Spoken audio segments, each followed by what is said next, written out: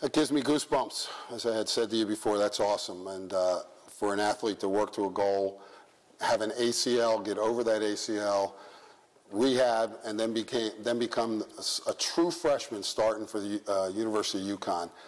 Then you go right into season, and you start lighting it up. I mean, some games you have double digits. You're averaging almost 9 points a game.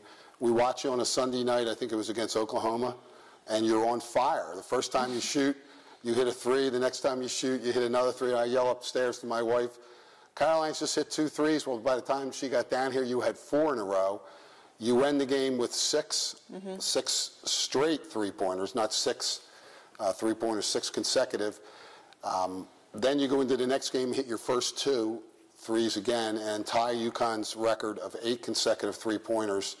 I was looking at your stats this morning, shooting 45% from the field, just unheard of as a freshman. You start the first 17 games of the season, you're 17-0, and then you hurt your knee again. You know, I feel a lot for you in that situation because I have a daughter who's playing for Loyola that's had 2 ACLs, and the old school thought, I know you'll come back better than ever, and you look just fabulous physically right now. Tell us where you are.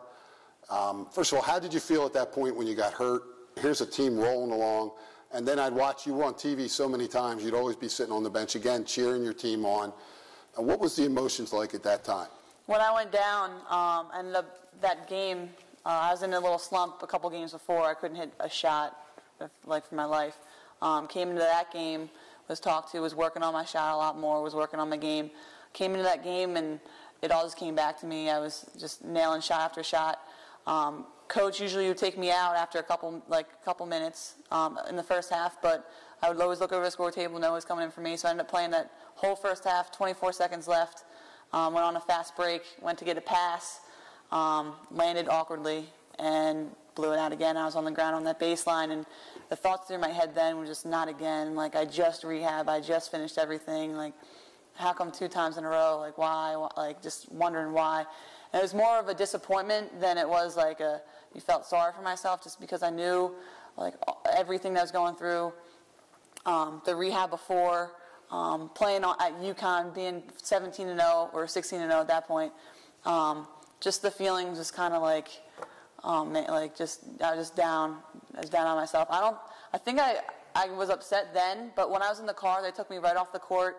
It was cool because Keith, our video guy, came right in at halftime and had the whole laptop with the whole video and how it happened. So all our doctors, my trainer was in there looking at the video, seeing how I did it, and they just couldn't see what exactly happened. So it took me right, didn't even watch the second half, took me right to get my MRIs. They said it was straight ACL. Before I knew it, they asked me if I wanted to go into surgery. I said I wanted to go to the UNC game. That's another thing that went through my head. We were playing UNC that next game, biggest game of the season, we thought. And just missing that game and everything I was thinking of missing, the Big East tournament. I only played, that was our 3rd game in the Big East season. And it was just very difficult. In my trainer's car going to get my MRI done with my mom behind us, getting the MRIs, it was just heartbreaking. Right, right. But on the positive side, you exemplify somebody that can do this, be injured, and our viewers again should realize that injuries aren't, in today's world, they're not the end of your season. They're not the end of your career. More football players now are coming back 4, 5, 6 months from ACLs and repeated ACLs and running faster times than ever, which in the past they would always say you'll never come back as good as you were before, and that's not true.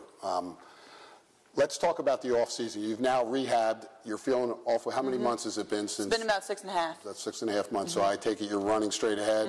Sprinting. Pretty much doing everything except playing. Okay. I'm on the court doing some stuff as well. Well, talk about the legendary off-season program for UConn.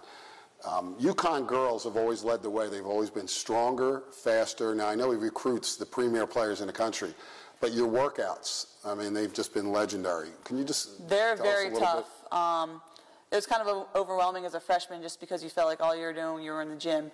But now, respectfully, with the season we had, you go in there knowing that everything's going to pay off. So we would, over the summertime, we went Monday, Tuesday, Thursday, Friday.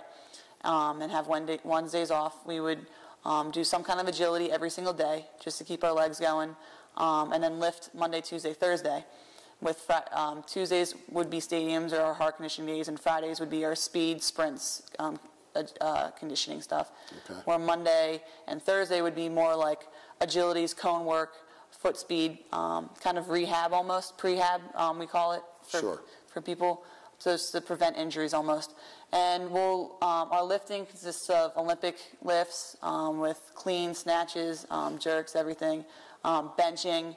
We're doing simple things as push-ups, pull-ups, a lot of free dumbbell stuff, ladder stuff, box jumps, just pretty much everything you can think of, we're doing. That's awesome. I mean, you look at a woman and a girl or a woman, and you look at them as an athlete. That's the way I always trained my daughters, and that's the way the game's going. You look at them as athletes, not girls versus boys, and to hear that you're squatting, cleaning, snatching, doing those Olympic-type lifts, which 10 years ago, a girl wouldn't go anywhere near something like that. That's awesome because it's ground-based. It strengthens all your joints. That's awesome, and obviously that's a commitment. With that type of commitment, the season commitment, and the academic load at UConn, first, what are you thinking about majoring in, or have you picked a major? And how do you juggle that academic off-season and on-season, which I think basketball is the toughest sport because you're going through 2 semesters as opposed to baseball or football.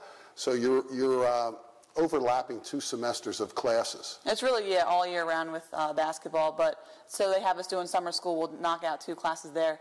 But going into college, I knew I wanted to be around sports and around people, so I was thankful enough to have sports management as a major, and UConn being #1 in pre-kinesiology, which is the head department, which is sports management is under. And we don't declare that till end of our sophomore year, so this coming year I'll be declaring it. I think you need like a 3.0 to get in. Currently I have a 2.8, so I'm working on that. I finished out biology this past summer, which supposedly was the hardest course, so I can knock that out.